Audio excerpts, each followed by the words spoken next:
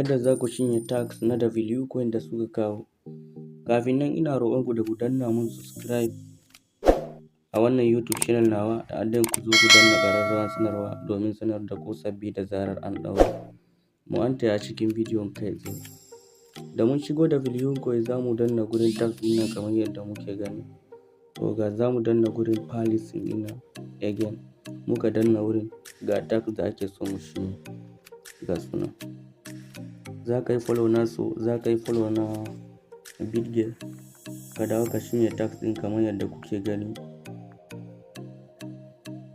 So after ka gama kana ga za ka koma back, za ka yi claiming, and then akwai wani tax guda biyu da za ka yi dole ne, suka ce dole ne. So mu yi ƙoƙari mu shine tax ɗin nan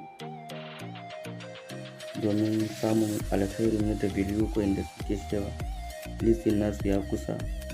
So Allah ya tabbatar mana da alkhairi, mu kuma dage akan duk abin da suka kawo mu na yin shi, saboda kar a ce tun ada kana mai yanzu a shi ka zo ka rasa a coin naka, kaga abun bai yi ba. So wannan tax zai ban sai ya ake shine shi ba, so amma zan yi bincike a kai sosai. In na samu na shine tax ɗin nan zan zo, okay kun gani, in na samu na shine tax ɗin nan zan zo yi muku bidiyo daga baya. Wannan duk tax da ake so mutum already a ce ya yi su kamar yadda kuke gani.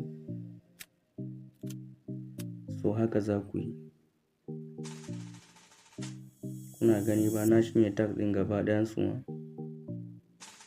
So wannan shine a taƙaice. Ina mai roƙonku da ku danna mun subscribe, ku danna like, ku share domin samun